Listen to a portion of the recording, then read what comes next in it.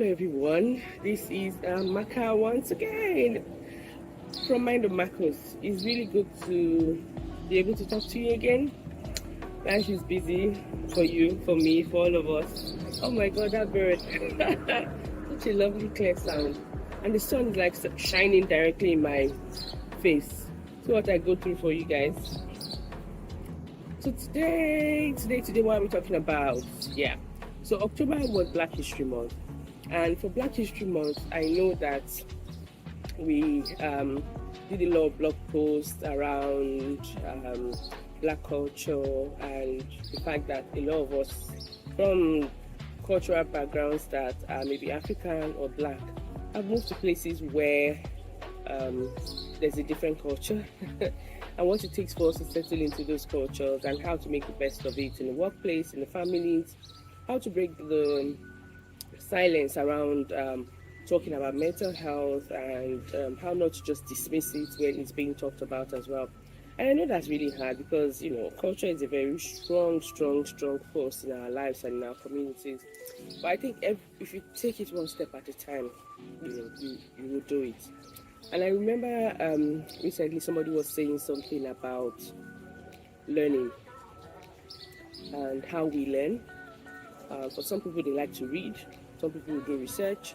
Some people would listen to the news. Some people would buy a book. Some people would listen to podcasts and whatever. But we all have our ways of learning. And so when it comes to mental health, if you want to know more about mental health, if you don't want to just be the cynical person that is actually ignorant and just stuck in your own model of what mental health is and what mental health entails, my advice to you, start with Google, check on, what is mental health. Start from there and then start to dig a bit deeper and read. Because if you're not educated, sometimes that will not be a good excuse for your behavior.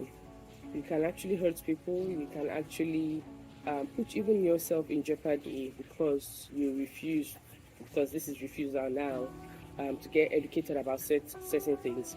So I will encourage you to educate yourself. If there's any topic that you're not sure about, any topic that you feel like you don't understand, any topic that feels like a bit alien to you, I'll encourage you to find out more information about it.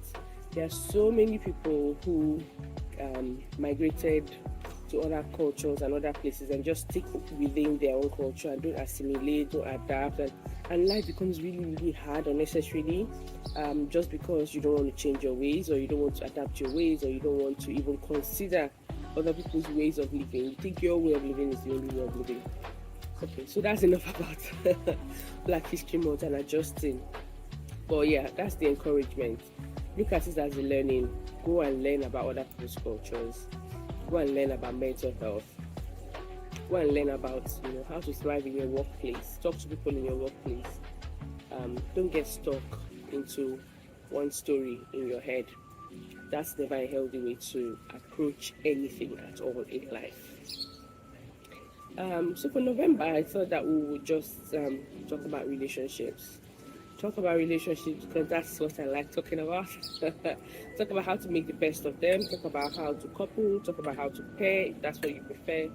Talk about self-awareness and just looking at yourself and figuring out what is my role in this. Because if you are not yet in a place where you're seeking a healthy relationship, you're unlikely to find a healthy relationship.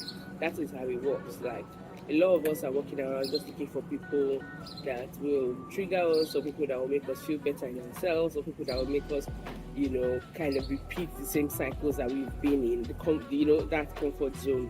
And sometimes maybe outside your comfort zone is not the right thing for you. But how would you know if you're not self-aware? So thinking about self-awareness, I like to look at it as discovering yourself, and not just physically, which of course it involves physical discovery as well. Because if you don't like the way you look, then you do something about it. Yeah. If you don't like the way you dress, then you do something about it. It doesn't have to cost you a lot of money. Make a decision, make a plan, and kind of stick with it. The self-awareness I usually talk about on this channel is just, who are you? What makes you you? Who do you want to be, and what will make you that person that you want to be? So who are you? How would you describe yourself? You're going to introduce yourself. How would you describe yourself? And when you do that, is that really you? Is that really all that makes you up? What are the things that trigger you? What are the things that make you happy? What does your happy place look like? What does success feel like for you? What does it look like for you? What are the things that make you jealous? What are the things that make you, cheer and support people? Who are the people that are your friends? Why are they your friends? When somebody makes you angry, ask yourself, why is this particular thing making me angry?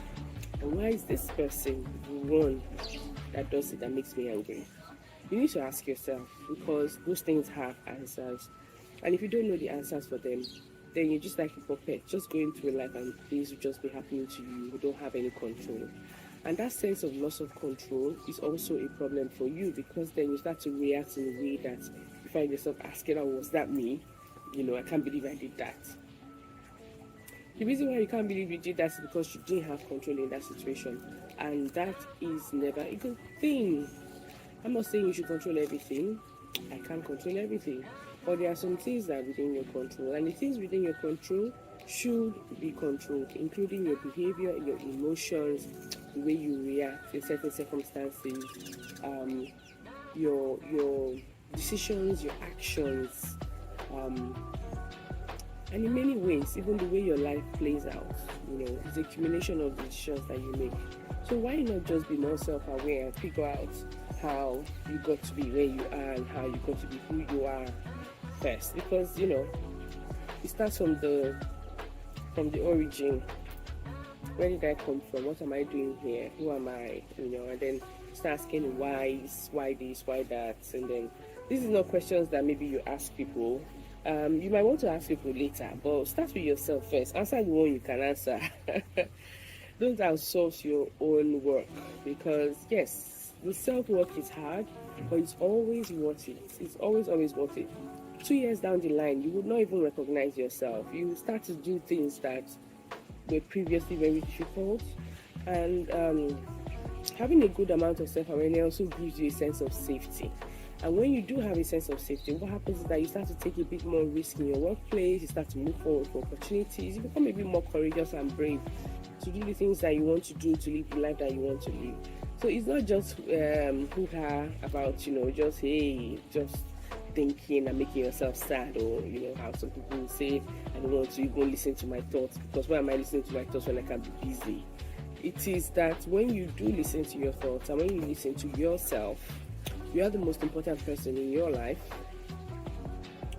When you do pay attention, you figure out better ways of doing things, and it affects your life, your parenting, your partnerships, your dating, your work, the way you interact. It does affect everything. So start asking yourself questions.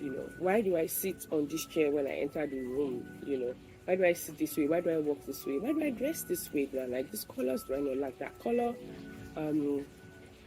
Why do I seek certain companies or certain partners? You find that sometimes, we some people say you have a spec. In many ways, it's just a pattern. You seek a certain pattern of behavior. There are certain people that make you feel a certain way, and something that is really, really good for you to start reading up on is attachment theory. There's a book called Attached. I think I'll put a link for the book in the video. The book is called Attached, and it just talks about attachment theory and how we all attach when we are babies. The relationships we establish with the adults around us can be secure, avoidant, or insecure or anxious. And those behaviors or those attachments can cause us to seek certain kind of relationships later in life, which may not be healthy.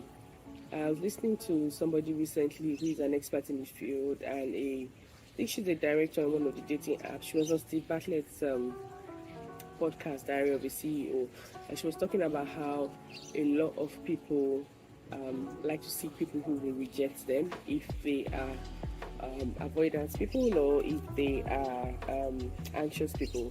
So they like to chase. They don't like people who say, I'm going to be there at 12 o'clock, and they're actually there at 12 o'clock. Those are the people that people call boring.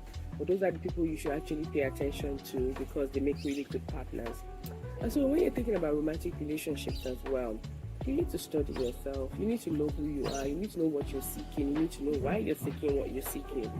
And people often argue about, love at first sight and all that. Yes, people can fall in love at first sight.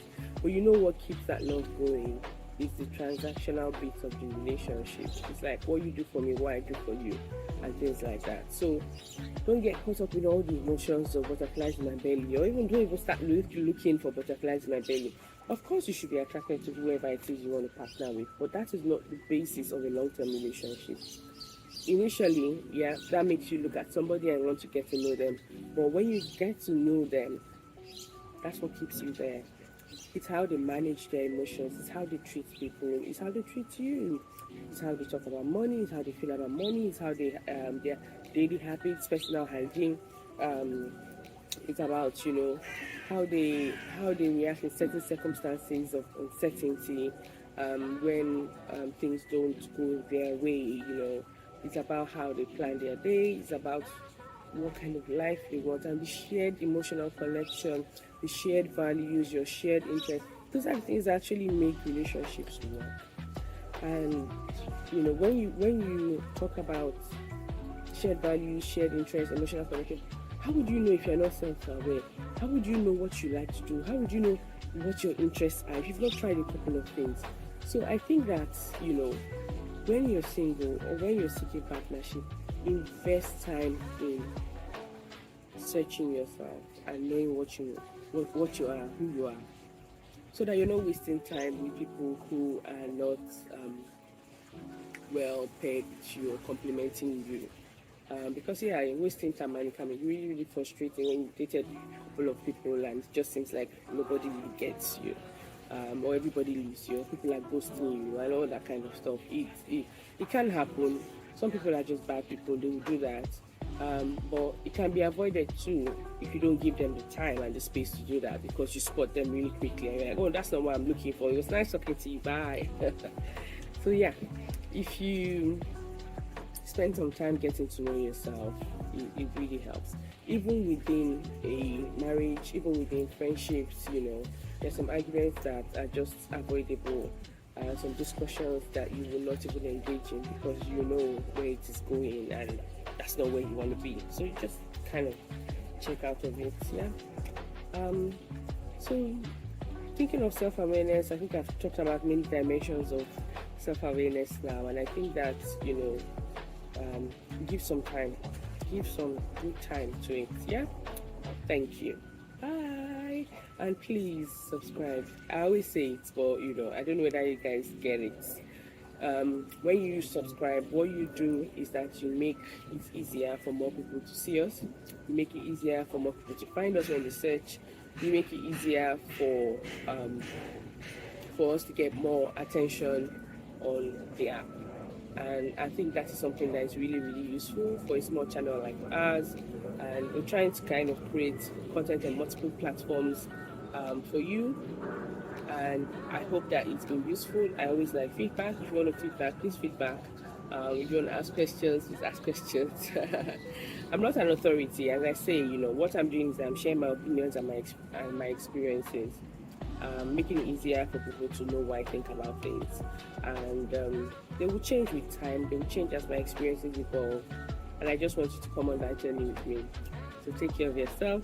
Bye, and have a lovely, lovely, lovely day.